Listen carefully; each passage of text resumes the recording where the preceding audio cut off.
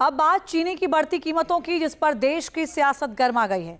चीनी की कीमतों के बढ़ने के पीछे पेट्रोल में एथेनॉल के इस्तेमाल को भी कारण बताया जा रहा है। दरअसल एथेनॉल बनाने में 33% गन्ना और उसके उत्पाद का इस्तेमाल होता है। इसके अलावा करीब 67% मक्का, चावल का टुकड़ा, खराब अनाज का प्रयोग होता है। आंकड़ों के मुताबिक देश में पिछले साल 720 करोड़ लीटर एथेनॉल बना, जिसमें 1.33 करोड़ टन अनाज और करीब 25 लाख टन चीनी लायक गन्ने का इस्तेमाल हुआ। अब जब चीनी के दाम बढ़ रहे हैं तो विपक्ष सरकार की E20 वाली पॉलिसी पर सवाल उठा रहा है। हालांकि सरकार की ओर से साफ किया गया कि चीनी के दाम बढ़ने के पीछे एथेनॉल नहीं है।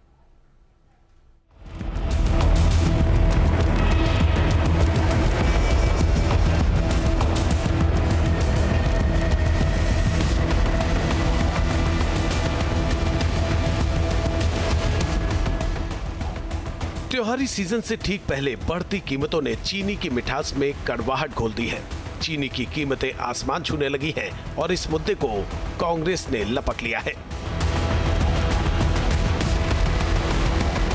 कांग्रेस अध्यक्ष मल्लिकार्जुन खड़गे ने चीनी की बढ़ती कीमतों और स्टॉक की कमी को लेकर केंद्र सरकार पर निशाना साधा है। उन्होंने एक्स पर पोस्ट कर कहा कि त्योहारों से पहले चीनी की मिठास में मोदी सरकार की नीतियों की कड़वाहट घुल गई है।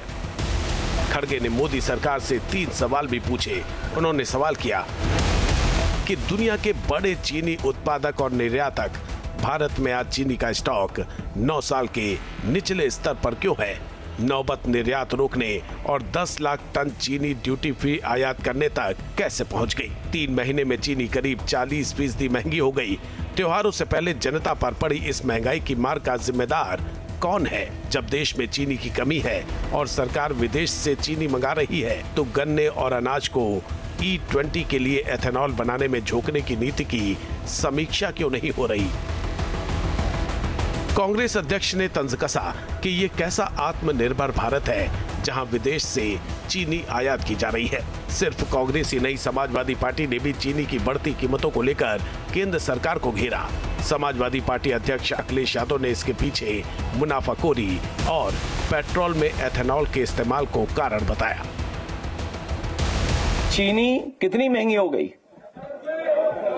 और तब महंगी हो गई जब त्योहार आ गया है। आपको मिठाई खरीदनी पड़ेगी, मिठाई महंगी हो गई, साबुन महंगा हो गया, तेल महंगा हो गया, खाने की हर चीज महंगी हो गई, डीजल, पेट्रोल, सब कुछ महंगा।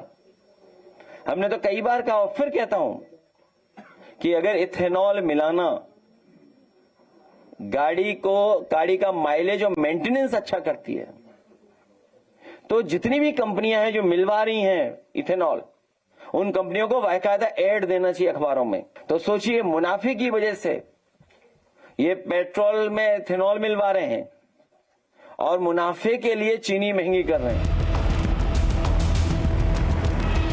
विपक्ष ने चीनी को इसलिए मुद्दा बनाया क्योंकि देश के कई शहरों में इसकी कीमत 70 रुपए किलो के करीब तक पहुंच गई है। पिछले 3 महीने में चीनी के दाम करीब 40% यानी 19 रुपए प्रति किलो तक बढ़ गए हैं। चीनी के दाम क्यों बढ़े, इसे लेकर सरकार से लेकर विपक्ष तक के अपने दावे हैं। पूरे मामले पर केंद्र सरकार भी एक्टिव हुई है।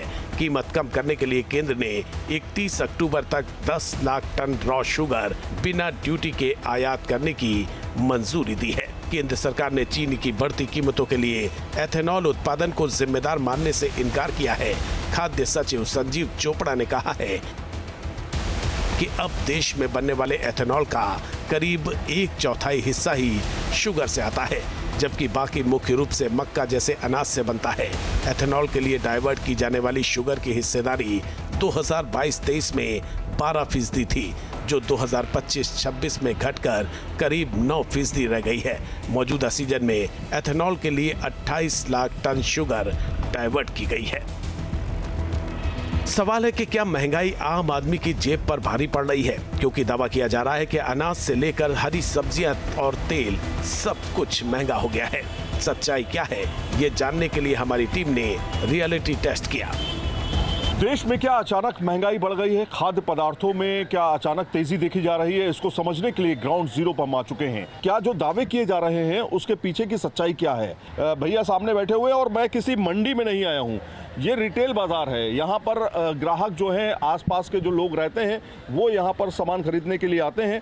इनसे पूछते हैं, 3 चीज़ों के दाम बताइए आप। आलू का रेट क्या इस समय चल रहा है? आलू 20 रुपए किलो चल रहा। 20 रुपए किलो? क्या 45 रुपए 55 रुपए किलो? आज गलत बात है। गलत है ना? हाँ। दूसरा बताइए, प्याज के दाम क्या चल रहे हैं? प्याज 60 रुपए किलो चल रहा।